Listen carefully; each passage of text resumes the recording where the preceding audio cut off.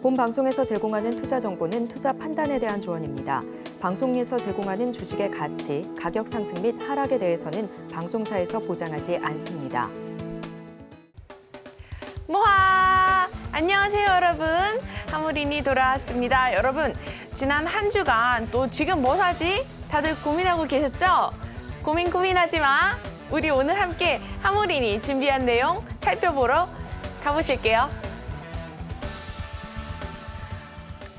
최근 뉴스예요. 밈 주식 폭등. 들어보셨나요? 그럼 밈코인은요? 밈코인도 같이 올랐죠. 그럼 비트코인은요? 오늘 한번 살펴볼 주제입니다. 저와 함께 차트 보실게요. 최근 게임스탑과 AMC 같은 대표적인 밈 주식이 굉장히 많이 상승하였어요. 지금 여기 이 차트를 보면 아시겠지만 약 3주 만에 544% 정도가 상승하였습니다. 이 미국 주식은 상한가, 하한가가 없기 때문에 오를 때 미친 듯이 오르는 수가 있어요. 그래서 지금 이 대표적인 개미들의 밈 주식이 바로 GME입니다. GME가 부활했는지 뭐 알 수가 없지만 어쨌든 몇 주 만에 지금 544% 폭등을 하였어요. 그래서 이 GME와 함께 자매품인 그래서 이 AMC도 이 밑에서 보면 한 주 만에 굉장히 큰 폭으로 상승을 하였습니다. 어느 정도 상승을 하였냐면요. 이렇게 가격 범위를 빼서 1주 동안 무려 300% 정도가 상승하였고 지금 다시 하락해서 또 50%가 떨어진 상태입니다. 이렇게 밈 주식, 이런 밈자가 들어가는 섹터는 굉장히 등락폭이 심해요. 그럼 밈코인은 어땠을까요? 최근 가장 대표적인 코인인 페페 같은 것을 볼 수가 있겠죠. 페페 같은 이 밈코인을 보시면 이 차트를 보시면 아시겠지만 엄청난 수천 %라고 할 수가 있어요. 굉장히 많이 상승을 하였습니다. 그쵸? 지금 거의 이 차트로만 봐도 1000% 정도고 이것보다 더 오래전에 상장했던 그런 차트부터 보면 더 큰 폭으로 상승했음을 알 수가 있겠죠. 그러면 지금 현재 비트코인은 조정 중이라고 하는데 비트코인 차트 어떻게 될지 오늘 함께 살펴봅시다.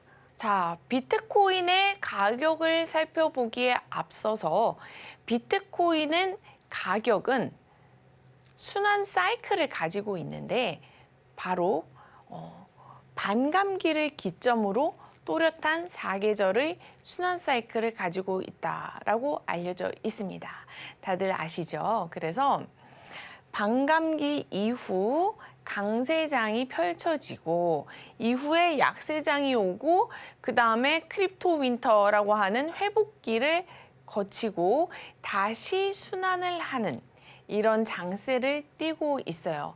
차트를 보면 지금까지는 변함없이 이 순환 사이클에서 단 한 번도 벗어난 적이 없습니다. 그렇기 때문에 이 순환 사이클을 아는 것은 굉장히 중요하다라고 할 수가 있어요. 어떻게 과거에 생겨난 대로 미래도 똑같이 갈 수가 있겠어? 라고 얘기할 수도 있죠. 그러나 지금까지, 현재까지는 이 또렷한 순환 사이클을 단 한 번도 벗어난 적이 없다라고 하는 것은 가격의 어떤 열쇠를 가지고 있는 키포인트다라고 생각을 해보는 데에는 전혀 무리가 없을 것이라고 생각이 듭니다. 그럼 지금이 언젠가? 바로 반감기가 약간 지난 그런 시점이 되는 것이죠. 자, 지금 이 검정색 세로선이 반감기예요. 그래서 이 반감기를 기점으로 두 가지의 대칭 구조로 이루어져 있습니다. 비트코인의 차트는 제가 여러 번 설명을 했지만 추세를 가진 구조가 있고 횡보 및 조정을 가지는 구조가 이 반감기라는 사계절의 순환 사이클을 따라서 추세, 횡보, 추세, 횡보, 추세, 횡보, 추세, 횡보 이런 식으로 지금 형성되어 왔어요.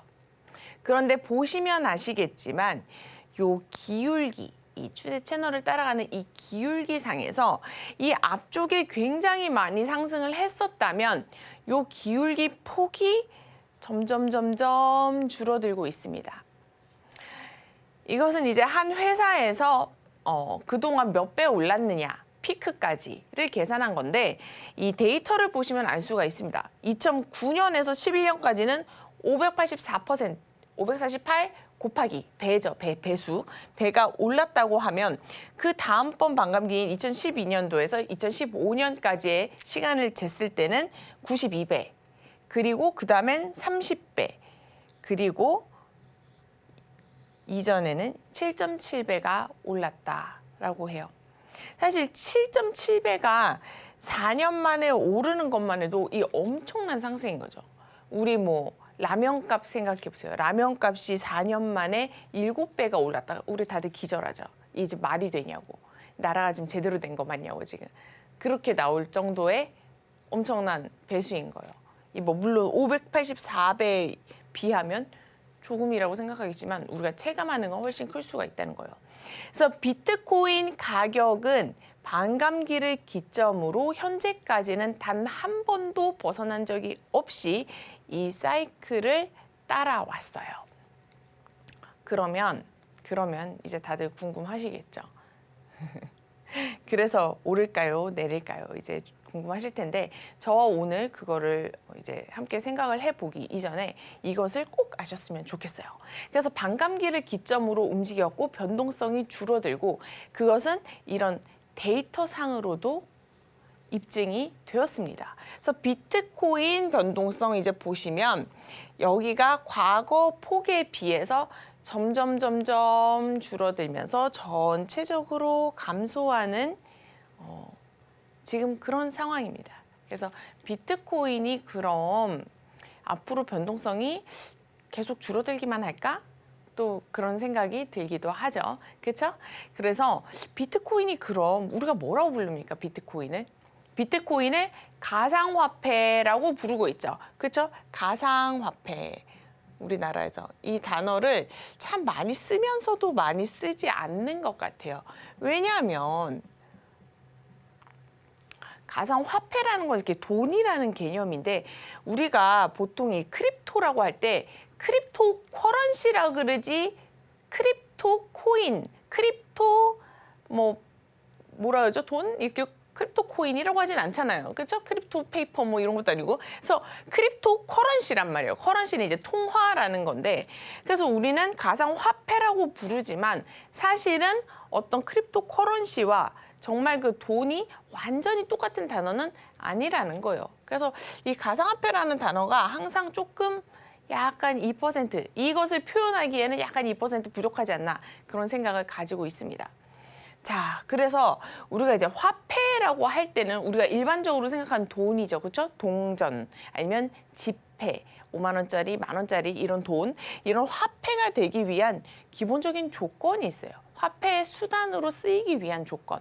그런 조건 3가지가 있는데 첫 번째 교환의 매개 수단, 두 번째 가치 척도의 기능, 세 번째 가치 저장의 기능이라고 해요.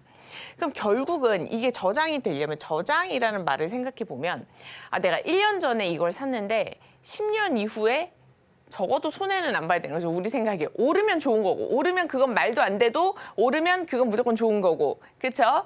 근데 적어도 손해는 보면 안 돼. 그래서 어떤 가치 정도의 보호를 받을 수 있어야 되죠. 그러면 우리가 화폐라는 게 물가 상승 대비해서 약간의 미묘한 차이는 있지만 만 원은 만 원이고 천 원은 천 원이고 5만 원은 5만 원이잖아요. 그렇죠?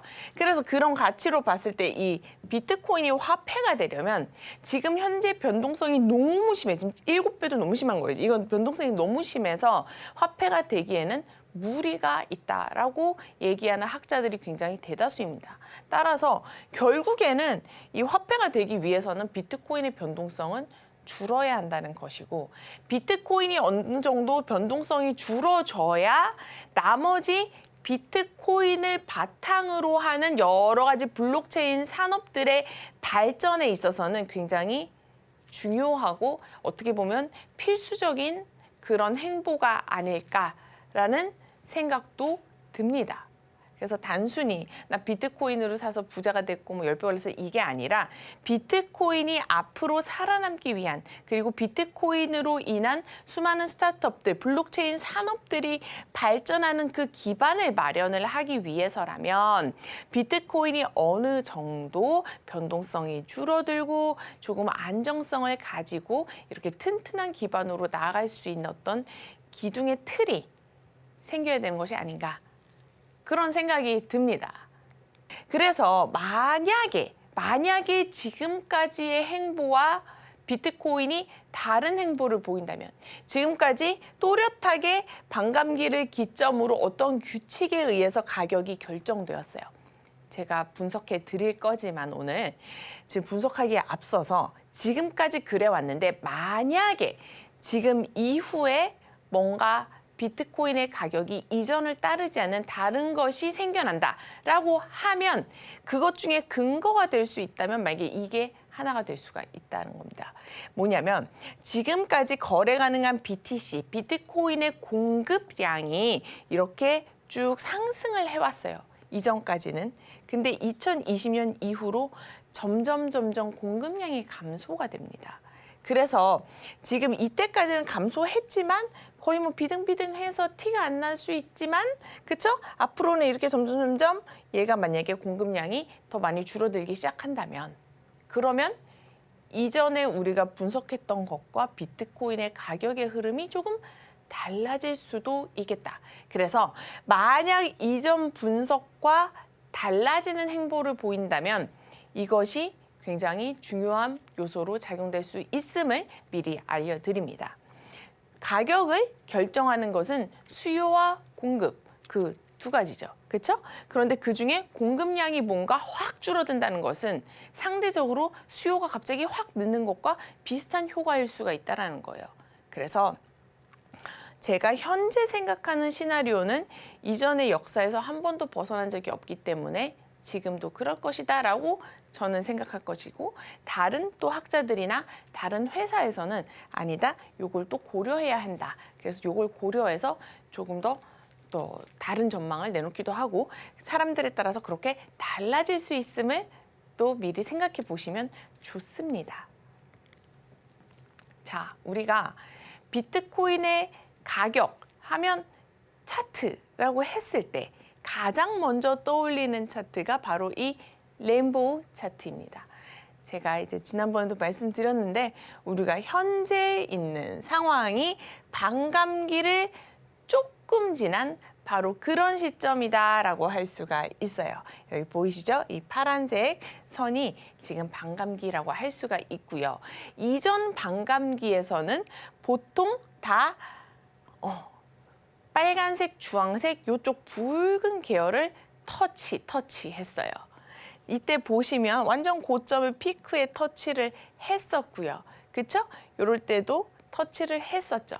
그런데 어느 정도 반감기가 진행되면서 조금씩 기울기가 낮아지고 있음을 알 수 있고 여기에서는 피크를 치지 못했고 그 다음에는 더 밑으로 내려와서 빨간색 라인에는 올라가지를 못했죠. 그럼 빨간색은 뭐냐라고 하면 빨간색은 버블이 너무 심한 구간인 거예요. 여기 보시면 버블 적혀 있습니다. 버블이 너무 심하다. 버블이 뭐죠? 거품. 거품은 빠지게 되어 있죠. 그래서 거품을 치고 빠지는 좀 과하다. 거품이라는 것은 좀 과하다. 이런 뜻이고 그럼 지금은 뭐냐? 지금은 스틸 칩의 단계라고 볼 수가 있죠. 아직 싸다. 지금 비트코인의 가격 대비해서 아직 싸다. 좀 평가가 저평가되어 있나? 뭐 이런 생각을 가져볼 수 있는 구간이 바로 지금 있는 이 연두색 구간이라는 거예요. 그러면 여러분 이 차트에 의하면 제가 앞서 말씀드렸던 정말 큰 이변이 있지 않는 한 과거의 역사를 바탕으로 한 데이터를 뽑았을 때 아직은 싸다. 아직은 싸다라고 볼 수가 있고 향후 이전의 차트를 보았을 때 반감기 이후 상승, 반감기 이후 상승, 반감기 이후 상승을 한 것을 알 수가 있어요. 그래서 반감기 이후에 상승이라고 보았을 때 우리가 고점이 아직 아니구나. 이전의 역사를 바탕으로 한 데이터를 보면 지금 현재는 고점이 아니고 아직 싼 구간이구나라고 생각을 해볼 수 있습니다. 우리가 살펴보았던 이 레인보우 차트에 의하면 그렇죠? 우리가 적어도 한 주황색 요까지는 갈 수 있어 보인다. 그러면 그렇게만 돼도 100K는 일단 훨씬 넘어가는 것으로 볼 수가 있죠. 언제까지? 여기에서 보통 피크를 찍을 때는 1년 하고 조금 더 걸렸어요. 그렇죠? 그래서 그런 시점까지 굉장히 높게 앞으로 갈 길이 많이 남아있다라고 높게 평가하고 있는 차트인 거죠. 그러니까 되는 거죠. 그리고 이분 말고 이제 이때쯤 되면 반감기쯤 되면 나타나는 사람이 꼭 있어요. 바로 그분이 플랜 B예요. 플랜 B. 플랜 B라는 분이 이전에 굉장히 고점을 잘 맞췄어요. 물론 크게 한번 틀려가지고 크게 난리 난 적이 있었죠. 이분이. 그때 플랜 B 믿고 투자한 사람들은 손실률이 장난이 아니었어요. 그렇죠? 왜냐하면 비트코인은 지금 현재 앞서 말씀드렸듯이 변동성이 큰 상품임을 인지하셔야 되고 변동성이 큰 상품이고 올라갈 때 확 아싸리하게 올라간다라고 하는 것은 떨어질 때도 훅 빠질 수 있다라는 얘기거든요. 그래서 항상 비트코인은 언제 어디에서 어느 시점에 샀느냐가 지금 현재까지는 굉장히 중요합니다. 왜냐하면 리스크가 크기 때문인 거죠. 마이너스 폭이 커지면 너무 커져 버리니까. 그래서 이 플랜 B라는 분이 이 반감기가 되면 나타나요.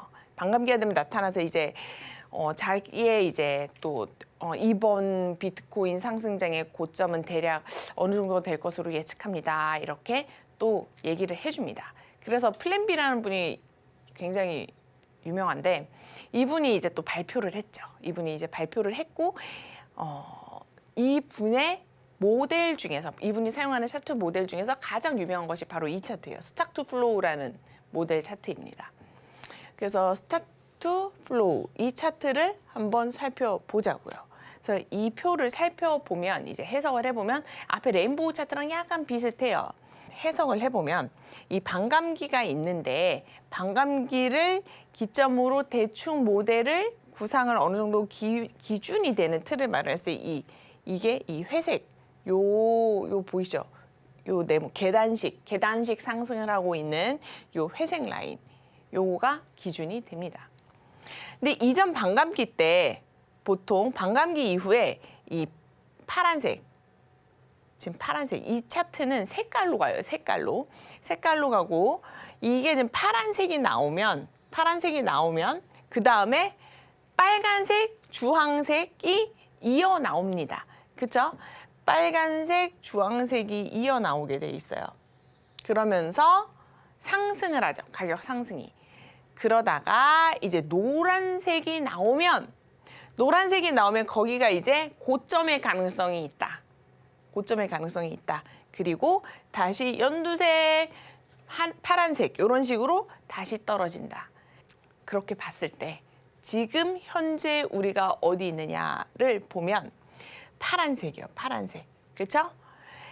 지금까지의 이 차트의 모델로 봤을 때 아직까지 이변이 전혀 없다. 그렇죠? 이거 보면 지금 이전까지 이 색깔이 배열된 대로 현재까지는 색깔이 배열되었어요. 그래서 이걸로 이제 설명을 합니다. 설명을 했을 때 이분이 이제 파란 닷이 있었고 얘네들이 막 나오고 그 다음에 빨간색이 나오면 거기가 급상승하는 구간. 그렇죠?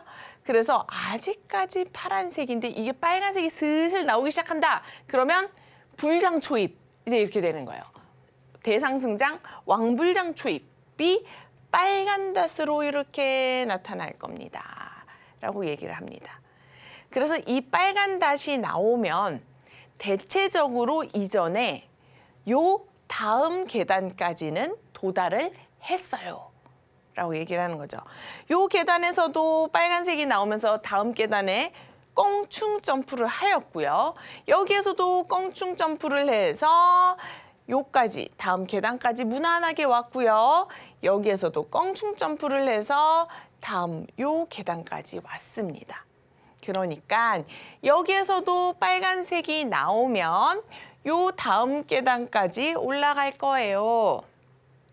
올라갈 거예요. 그럴 가능성이 많습니다. 라고 얘기를 합니다. 그런데 여기에서 우리가 생각하는 상승은 요런 상승이죠. 수직 상승. 그쵸? 근데 플랜 B가 일단 얘기할 때 이런데 이렇게 가면서 뭐 한 20-30%는 그냥 빠질 수도 있고 뭐 이렇게 얘기를 언지를 주긴 합니다. 이런 식으로 가겠다는 거죠. 그렇죠? 뭐 이런 식으로 이분이 생각하는 아니면 뭐 이렇게 가다가 뭐 이렇게 가다가 훅 빠지고 뭐 이렇게 갈 수도 있는 거고. 그렇죠? 그래서 우리가 생각하는 상승과 뭐 누군가 어떤 분석가가 얘기했을 때 올라갈 거예요라고 얘기하는 거는 언제나 약간 그 미묘한 차이가 있으니까 이런 순간순간에 만약에 매수를 할 때는 내가 지금 서 있는 위치가 어디인지 그 시점에서 다시 생각을 해봐야 되는 거죠. 얘가 이렇게 올라갈 거고 이 사이에 뭐 한 20-30% 조정은 뭐 언제든지 와도 이상하지 않아 라고 얘기를 합니다. 비트코인 변동성이 크니까요. 그렇죠? 비트코인 변동성이 크기 때문에 그렇고 그래서 지금 눌려 있고 2024년에는 조금 안 좋을 거야. 좀 이렇게 미적미적 할 거야 라고 얘기를 합니다. 그리고 2025년이 지나면서 조금씩 풀려가지고 2028년 전까지는 거의 뭐 500K 간다. 이렇게 얘기를 하고 있습니다. 500K 상상만 해도 아찔하지 않아요? 지금 몇 K죠, 여러분? 60 몇 K잖아요. 그렇죠? 60 몇 K인데 500K면 거의 뭐 8배 이렇게 보고 있는 겁니다. 지금으로부터요. 그렇죠? 그래서 굉장히 이 높게 갈 것이라고 표현을 하고 있고 자, 그러면 하모리는 어떻게 생각하느냐? 하모리의 플랜 C, 플랜 A는 그겁니다, 여러분. 비트코인이 어떤 방향으로 가든 절대로 다 잃지는 않는 그런 대응 계획과 리스크를 잘 생각해서 현명하게 대처하는 대응 방안을 세우는 게 바로 플랜 A고요. 그것이 가장 중요하다고 할 수 있고 시장이 어떤 방향으로 가든 흔들리지 않을 그런 포트폴리오 구성하는 것 그것이 플랜 A고 저는 플랜 C로 좀 밀려났죠. 그래서 플랜 C라고 이름을 붙여서 제가 얘기를 하려고 합니다. 자, 이제 비트코인 차트 이거 이제 분석 이제 제가 작성한 차트이고요. 한 명의 개인적인 의견임을 꼭 인지해 주시기 바라겠습니다. 그래서 자, 사실 저희가 이제 주로 사용하는 하모닉 이론 그리고 뭐 엘리어트 파동 이론을 비롯한 여러 기술적 이론 분석에서는 이 피보나치 비율이라고 하는 절대적인 믿음의 비율이 있어요.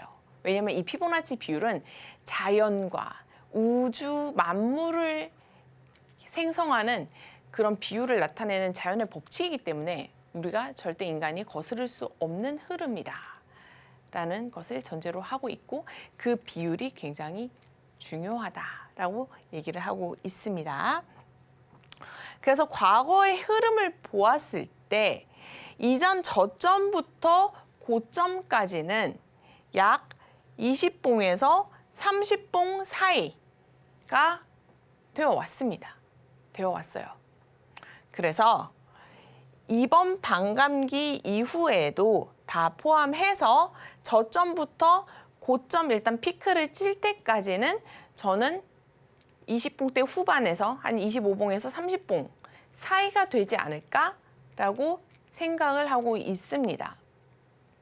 따라서 저는 지금 이미 저점을 여기라고 보았을 때 우리 그때 15K 때 비트코인 5K 간다 막 이럴 때 그때까지 거기까지 안 갔죠. 그렇죠? 그래서 고기를 바닥으로 기점으로 잡고 거기서부터 한 30봉을 넘지 않을 것으로 고점까지 생각을 하고 있습니다.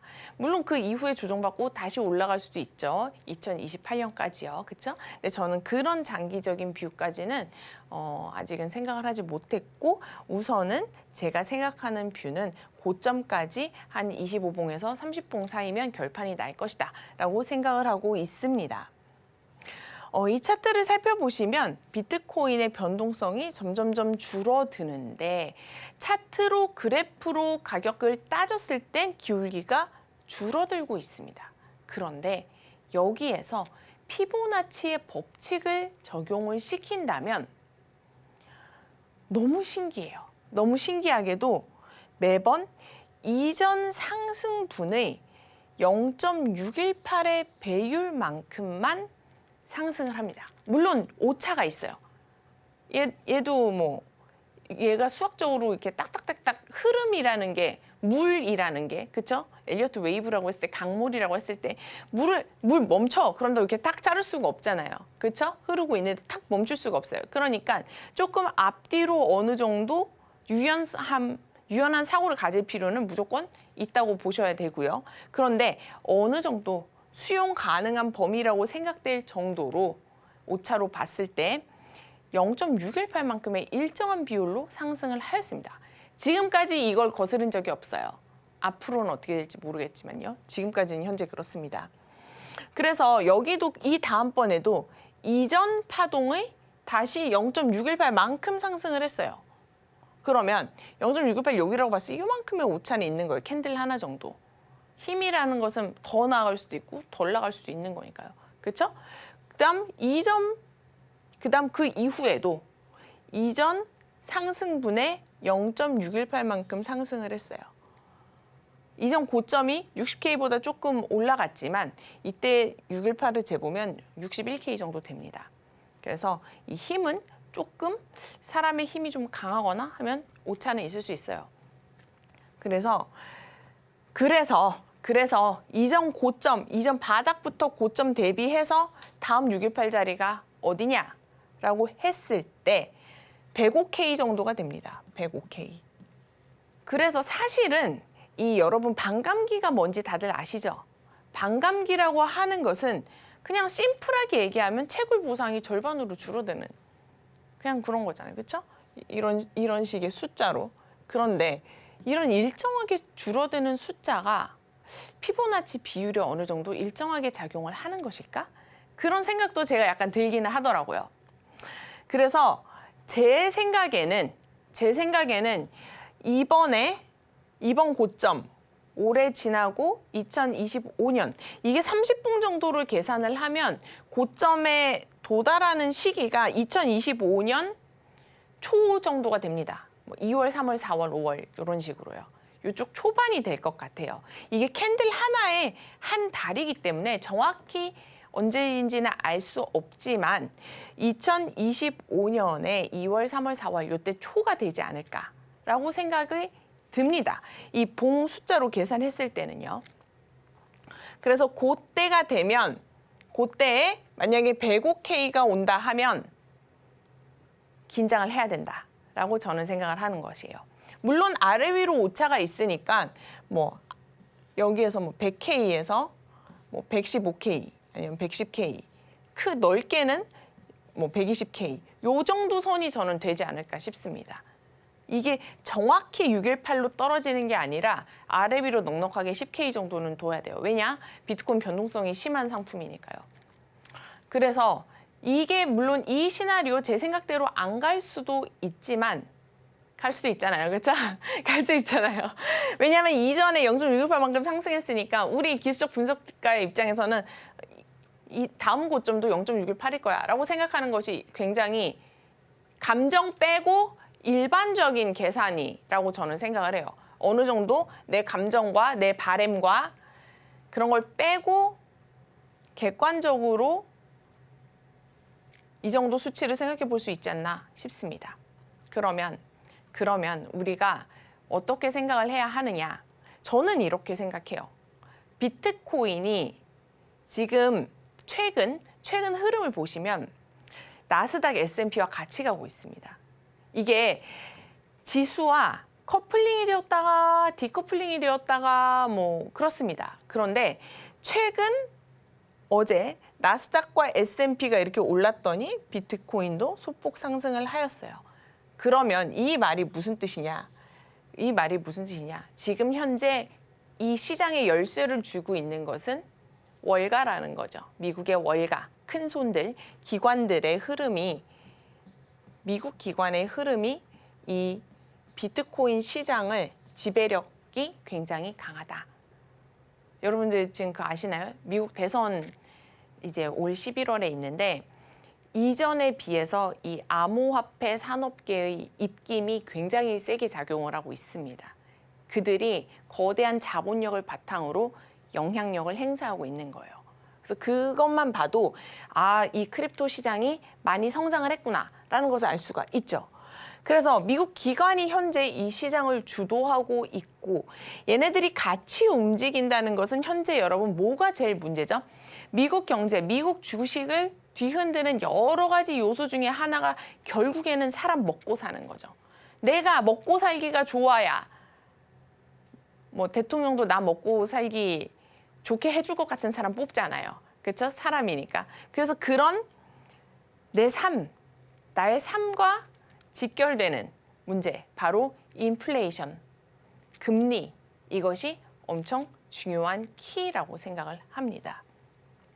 그래서 여러분, 만약에 2025년 초가 됐는데 2월, 3월 요때가 됐는데 일단 여기에 도달을 한다. 요 구간에. 요 구간 앞뒤로 좀 여유 있게 두시고 요 구간에 도달을 한다. 그러면 우리가 여기서 세 가지를 딱 주의 깊게 보시면 됩니다. 여기가 일단 고점을 찍고 일단 여기에 도달하는지가 이제 첫 번째 고려해야 되는 상황이고, 그다음에 이제 두 번째는 바로 금리죠. 금리. 제 생각에는 지금 현재까지 파월은 우리는 정치적인 중립성을 띌 것이다라고 거듭 강조를 하고 있어요. 우리는 지표가 떨어져야 금리 인하하는 거고 지표가 움직여주고 우린 지표에 의한 데이터대로 갈 거야. 우리는 절대 정치적인 영향을 받지 않고 중립을 지킬 거야. 그리고 뭐 여러 가지 데이터를 보면 또 그렇게 되어 있어요. 중립을 또 잘 지키는 걸로. 그래서 그렇게 지킬 거라고 얘기를 했고 우리가 당분간 금리 인상을 할 생각도 없지만 금리 인하를 할 생각도 없어 라고 얘기를 하고 있습니다. 현재.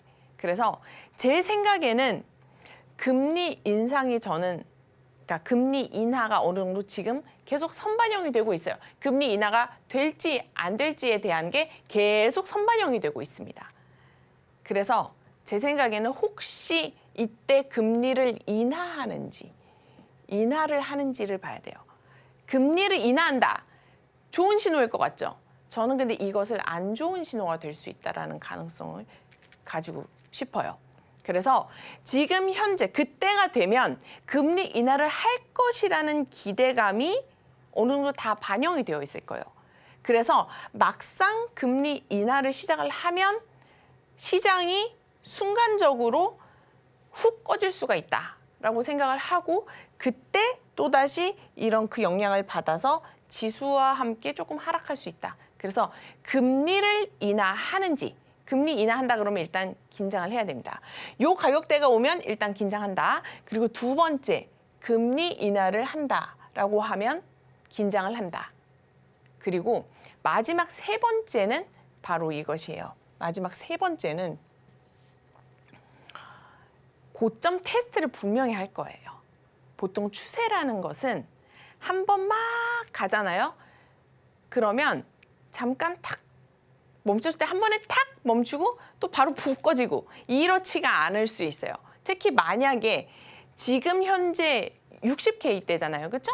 근데 얘가 만약에 100K가 됐어. 그러면 사람들이 상대적으로 이렇게 빠른 시간 내에 이렇게 많이 올랐어. 또 이렇게 반응할 수도 있단 말입니다. 지금 105K라고 하면 하나로 1억 5천 정도가 돼요. 1억 5천만 원.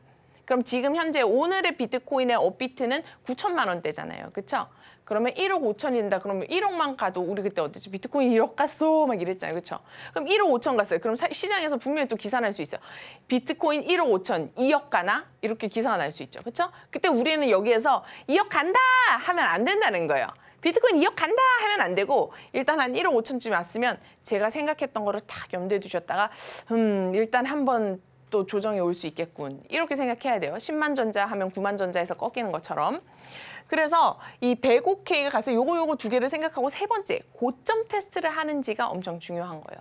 추세가 막 이렇게 가다가 사람들이 2억 가나 하다가 갑자기 절대 아니지 5천만 원 갈 거야 하고 모두 다 돈을 빼 이러지 않는단 말이에요.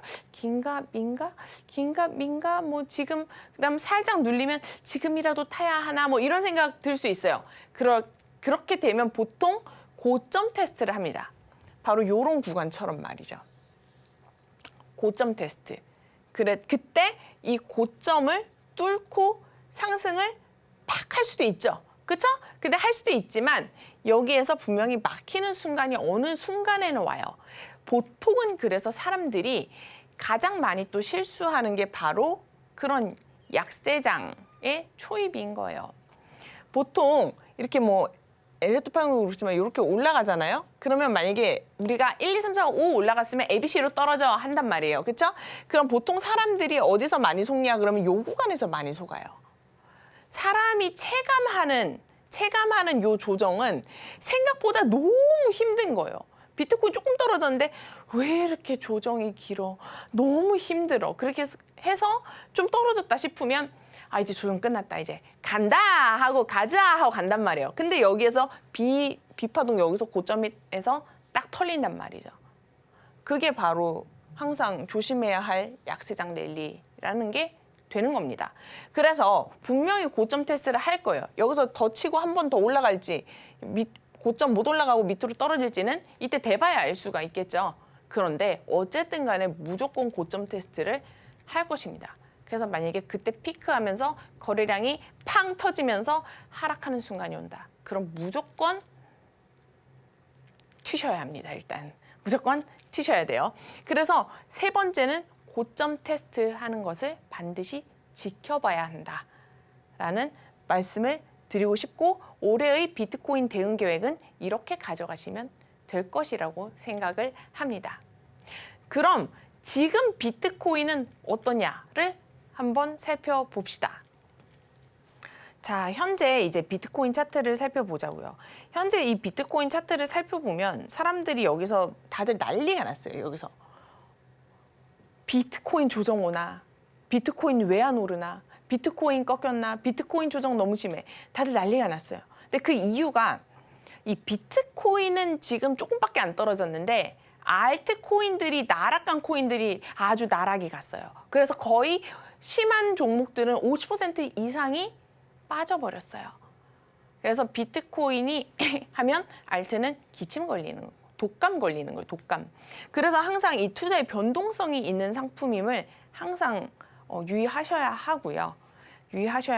비트코인의 가격으로 봐서는 아니 지금 이렇게 많이 올랐는데 2024년 되고 계속 올라만 왔는데 요 정도 조정 그럼 올 수도 있는 거 아니야? 라고 생각을 하셔야 돼요. 워낙에 변동성이 큰 상품이니까요.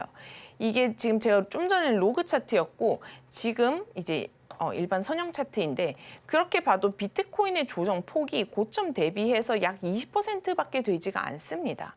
그래서 이 차트를 분석을 해보면 크게는 상승 추세 안에 있다고 볼 수가 있습니다. 지금 2023년, 2022년 바닥 이후로 이렇게 채널을 그린 거고 이게 채널 안에 다 들어가 있는 이유는 여기를 고점으로 두었기 때문이에요. 고점으로 두었기 때문에 이게 채널 안에 들어가는 것이고 기존의 채널은 요만큼이었다고 보시면 되시고요. 뚫고 올라가서 조정을 좀 받았다라고 볼 수가 있는 것이죠. 그렇게 하게 되면 원래 기존의 채널은 요 정도로 되는 거죠. 그렇죠? 그러면 여러분 보이시나요? 여기 지금 요 모서리 보이시죠? 기존의 추세 채널이 있으면 돌파하고 올라갔다가 요 부근에서 채널 상단에서 한번 떨어지는데 받쳐줬구나, 지지를 했구나 라고 볼 수가 있습니다. 볼 수가 있고 여기에서 이제 조금 더 세부적으로 들어가 볼 수가 있는 것이죠.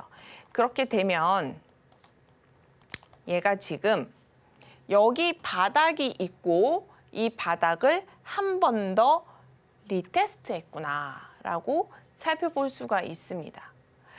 보통 여기에서 이제 리테스트를 하고 그 다음 중요한 것이 뭐냐면 저점을 올리느냐가 굉장히 중요합니다. 저점을 올리느냐. 그래서 여기서 지금 저점을 계속 높이고 있는 것을 보일 거예요. 쉽게 말하면 수렴 중인 거죠. 수렴 중. 쉽게 말하면 비트코인은 수렴 중이었구나 이렇게 생각해 볼 수가 있는 거죠.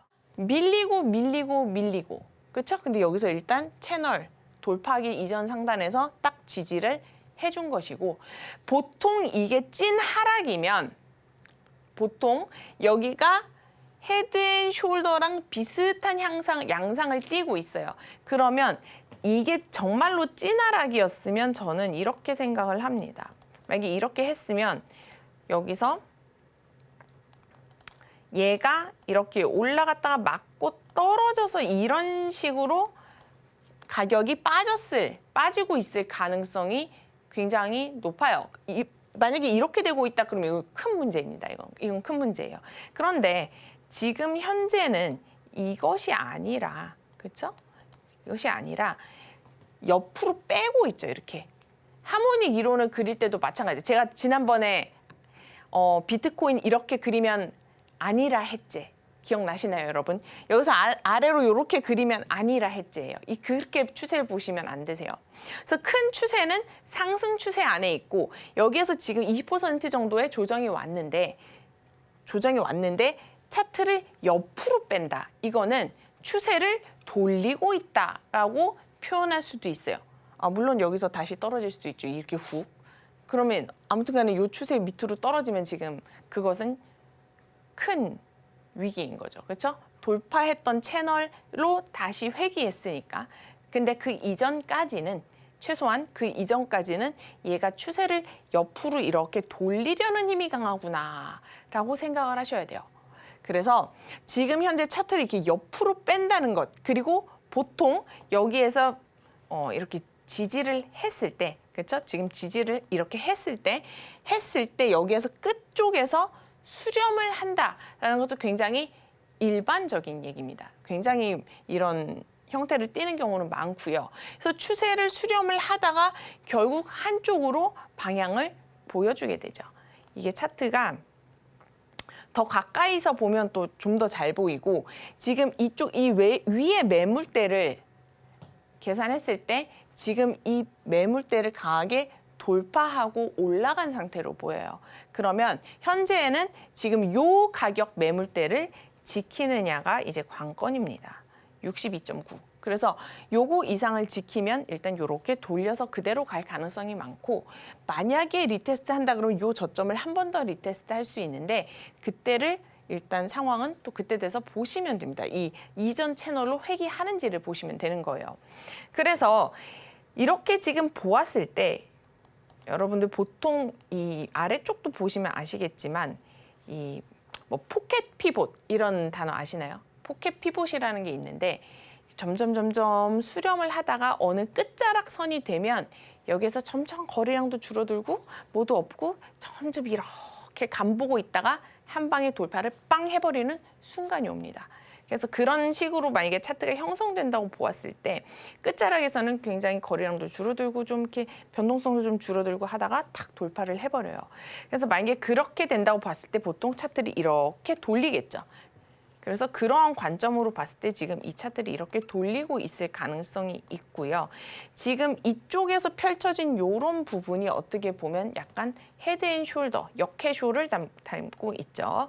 헤드앤숄더가 위로 가면 헤드앤숄더, 아래로 가면 헤드앤숄더, 바뀐 헤드앤숄더라 그러죠. 그래서 이런 식으로 갔을 때 보통 만약에 이런 식으로 그리면 얘가 머리만큼이니까 채널 중단까지 갈 수 있다라고 보통 해석을 합니다. 그래서 이런 모양으로 봤을 때 뭐 굳이 이게 아니더라도 포켓 피봇일 수도 있고 이쪽이 아무튼 수렴을 하다가 차트를 위로 이렇게 돌리면서 뺄 수 있다라는 얘기입니다. 따라서 현재 지금 뭐 조정이 뭐 너무 심한 거 아닌가, 나락같네 뭐 이런 건 알트코인이 너무 심하게 폭락을 해서 그렇고, 현재 비트코인으로 봤을 때는 건강한 조정 정도로 생각을 하고 비트코인이 갈 길 잘 가고 있구나라고 저는 생각이 듭니다. 이전 저점을 높인 상태예요. 이전 저점 보이시죠? 이전 저점을 높인 상태이고 이런 것은 굉장히 좋은 신호라고 할 수가 있습니다.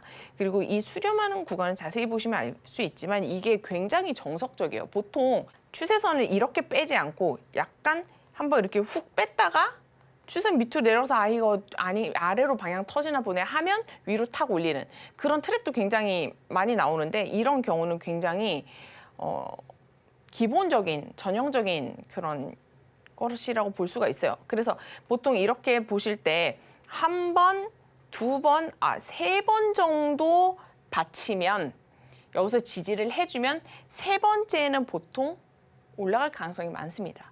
이 위에도 마찬가지예요. 보통 한 번 내려와서 두 번째 안 됐고 세 번째는 다시 돌파를 하죠.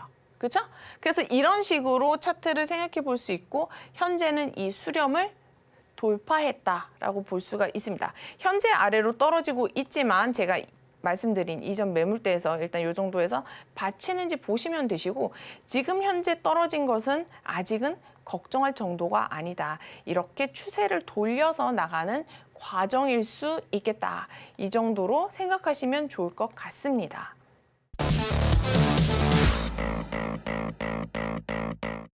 자, 여러분. 다들 찰리 먼거 아시죠? 워런 버핏과 함께 버크셔 해서웨이를 이끈 찰리 먼거인데 찰리 먼거는 투자를 위한 세 개의 바구니를 가지고 예스와 노로 투자할 것과 하지 말아야 될 것을 분류했다고 해요. 예스는 이제 마음에 드는 기업, 노는 아니니까 노. 그런데 나머지 하나는 바로 이런 게 있어요. 이해하기 어려운 종목들. 이해하기 어려운 종목은 내가 이해하기 어려우니까 노 바구니에 넣습니다. 그래서 찰리 먼거는 테슬라라든지 그런 것에 투자하지 않은 이유를 우리는 기술에 대해 잘 모르기 때문이다 라고 얘기를 합니다. 그러면서 이렇게 얘기를 합니다. 모든 투자 평가는 리스크 측정에서부터 시작한다라는 말을 남겼어요. 자, 비트코인은 변동성이 심한 상품입니다. 그래서 아무 생각 없이 막 오르고 있을 때 그냥 이제 무지성으로 매수하시면 굉장히 위험하고 알트코인의 위험성은 더더욱 말씀드릴 필요가 없겠죠. 그렇죠? 그래서 항상 좋은 자리에서 어느 정도 계획을 세우시고 들어가시면 좋을 것 같아요. 제가 오늘 이 노래가 떠오릅니다. I believe in you, I believe in your mind. 우리 비트코인 믿나요? 벌써 1개월 지났지만 반감기 이제 1개월이 막 지났는데요, 여러분. 비트 가자 외치면서 오늘 방송 마무리하고 싶습니다. 여러분 오늘도 시청해주셔서 감사드리고요. 하모린의 슈퍼마켓 다음 주에도 재미있는 거 가지고 찾아올 테니까요. 많이 응원해 주시고 시청 부탁드리겠습니다. 시청해 주셔서 감사합니다. 모바.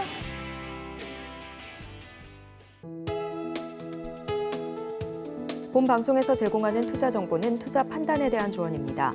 방송에서 제공하는 주식의 가치, 가격 상승 및 하락에 대해서는 방송사에서 보장하지 않습니다.